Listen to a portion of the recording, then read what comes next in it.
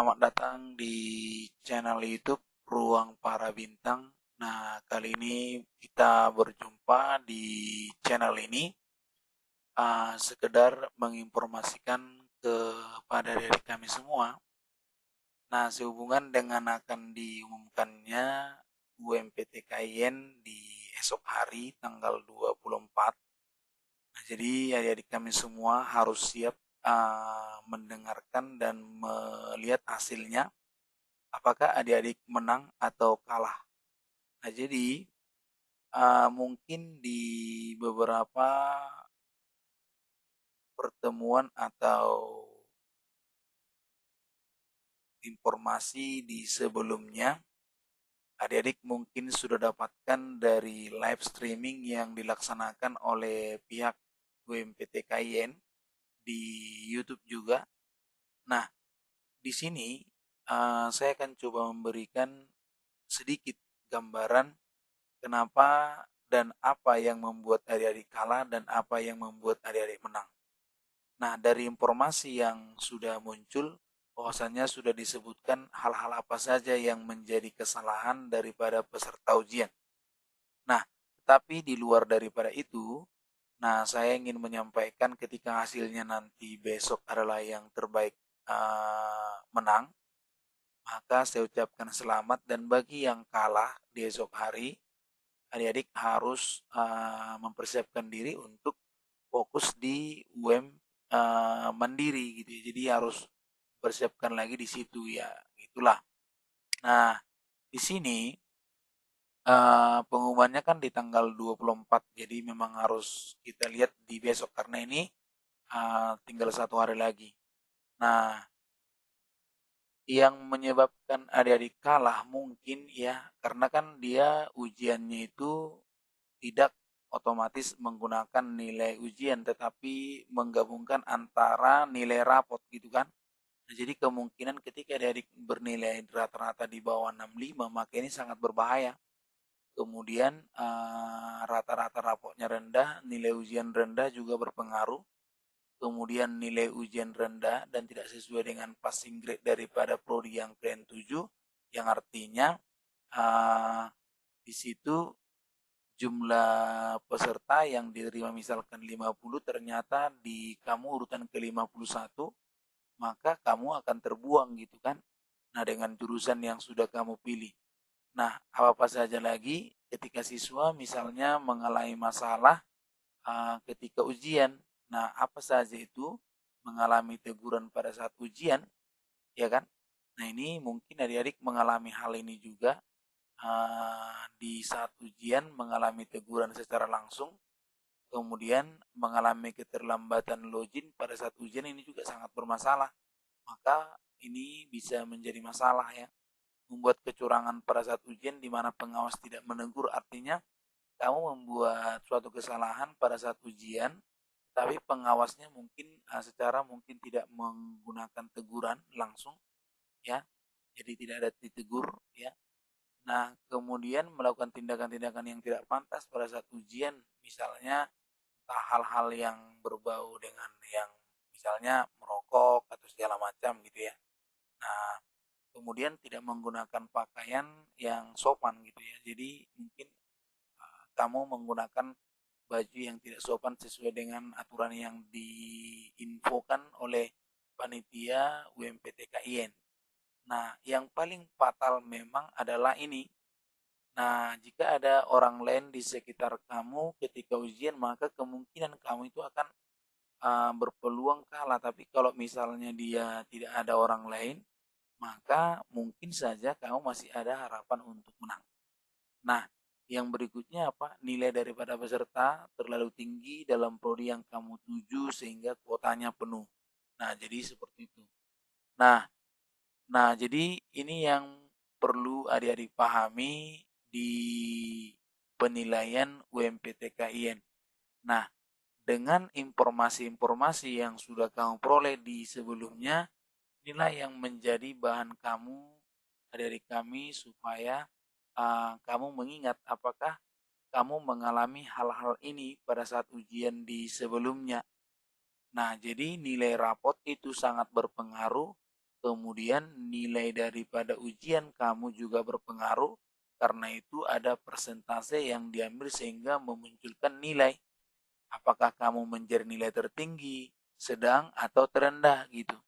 Nah, jadi ini yang harus kita pahami dari kami semua. Jadi boleh nanti dilihat di tanggal 24 apakah hasilnya bagus atau tidak. Nah, jadi supaya adik-adik mempersiapkan diri ya. Nah, kalau kita perhatikan di sini, di informasi yang sudah diberikan di channel YouTube di UMPT KIN, bahwasannya ada siswa yang mendapatkan nilai tertinggi gitu. Ada siswa yang mendapatkan nilai tertinggi. Nah, kalau kita cek di sini boleh kita lihat ini. Iya, nah ini dia nilai tertinggi perpilihan prodi yang sudah diumumkan. Nah, di sini ada namanya Nimas Mulan Cahyani ya dari prodi IPA dengan nilai 653,655 di UIN Alauddin Makassar, jurusan Farmasi. Nah, ada juga Naufal Falihul Aklis Sahida 652,997 jurusan IPS UIN Sunan Kalijaga Yogyakarta. Nah, manajemen keuangan syariah. Nah, ada juga Umi Ulfariani Kadir 643,7 keislaman UIN Makassar pendidikan agama Islam. Ada juga Aliza Nur Muhammad 655 297 bahasa Arab UIN Maulana Malik Ibrahim Malang pendidikan bahasa Arab. Ada juga Fazro Tusifa 651 4,89 651,489 bahasa Inggris UIN Syarif Hidayatullah Jakarta pendidikan bahasa Inggris.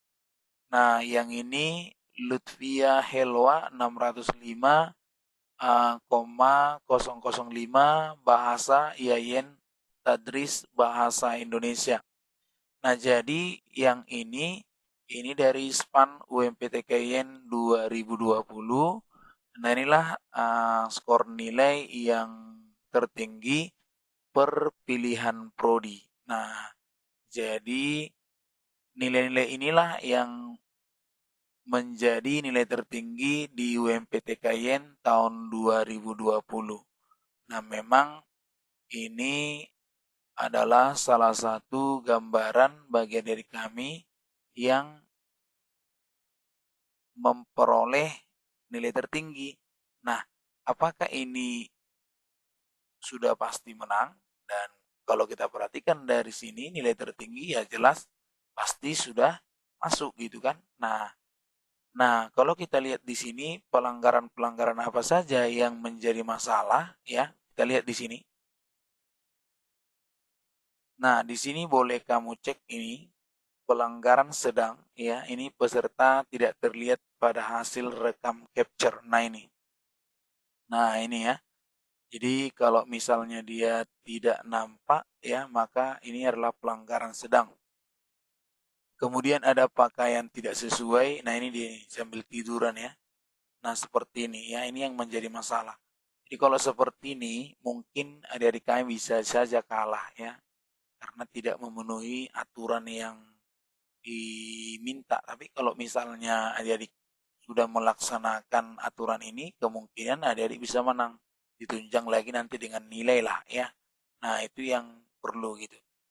Nah, kalau kita perhatikan dari catatan berita acara di peserta ujian UMPTKN 2020, nah ada sekitar 0,57% yang didiskualifikasi atau 682. Nah, ini mungkin karena tidak memenuhi atau tidak mendaftar ulang ya, atau hanya mendaftar tapi tidak mengisi uh, formulir pendaftarannya ya, jadi mungkin didiskualifikasi. Nah, jadi yang tercatat yang ini pelanggaran berat ini ada sekitar 289 peserta. Nah, ini yang mengalami pelanggaran berat. Nah, kalau seperti ini mungkin bisa kalah nih, ya.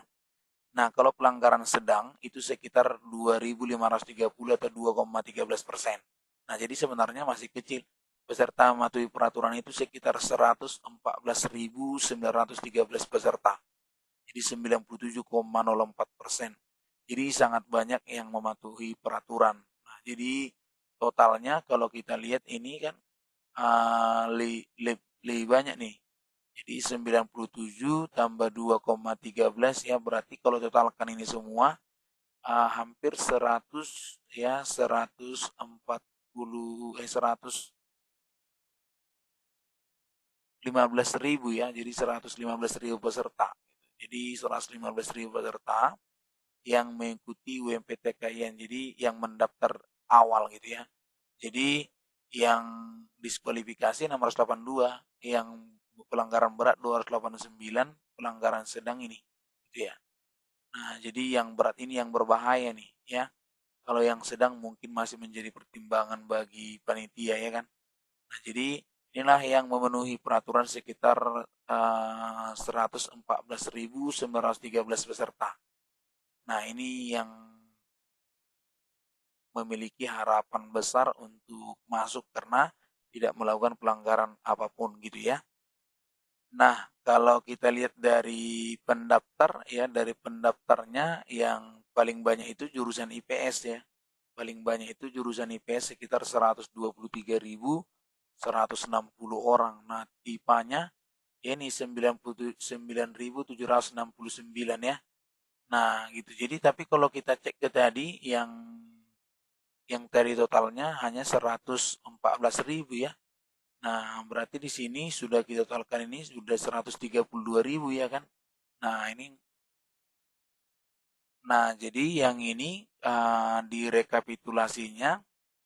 Nah, jumlah peserta yang berhak mengikuti ujian itu sekitar 132.000 seharusnya ya kan. Ini 132.929. Nah, peserta yang mengikuti ujian pada saat itu adalah 118.414. Jadi tingkat partisipasi peserta itu 89,8%, 0,08% ya. Jadi ada mungkin sekitar 14.000 orang yang tidak hadir gitu ya. 13 ribuan lah yang tidak ikut ya kan. Nah, kalau kita total ini. Jadi jumlah peserta berhak mengikuti harusnya berhak, tapi yang peserta yang mengikuti ujian itu sekitar 118.414 gitu. Oke, jadi informasi tadi bisa memberikan gambaran besok kira-kira hasilnya bagaimana, apakah lulus atau tidak. Nah, jadi adik-adik boleh cek dari sini juga, nanti mungkin adik-adik bisa lihat di sini. Ya, boleh dicek di sini nanti kalau lulus ya. Tapi boleh juga langsung di websitenya di UMPTKIN ini. Di sini tengok ini. Ya, bisa dilihat sudah berubah tampilannya yang untuk pengumuman ya kan. Nah, bisa lihat di sini pengumuman UMPTKIN. Nah, kalau kita lihat di sini UMPTKIN ini, nah dia sudah masuk di pengumuman. Jadi kalau biasanya kita klik ini hapus ya kan. Nah, ini langsung sekarang berubah ke pengumuman. Jadi kamu besok tinggal lihat ini ya. Nah, jadi kamu bisa lihat ini besok. Nah, tinggal sekarang perubahannya sudah sampai di sini. Jadi ingat adik-adik mudah-mudahan mendapatkan hasil yang baik ya. Nah, jadi informasi ini hanya sebagai gambaran ya. Jadi mudah-mudahan besok adik-adik mendapatkan hasil yang terbaik. Ingat, kalah menang soal biasa, yang penting adik-adik sudah melalui proses. Nah, persiapkan diri untuk siap di ujian mandiri berikutnya.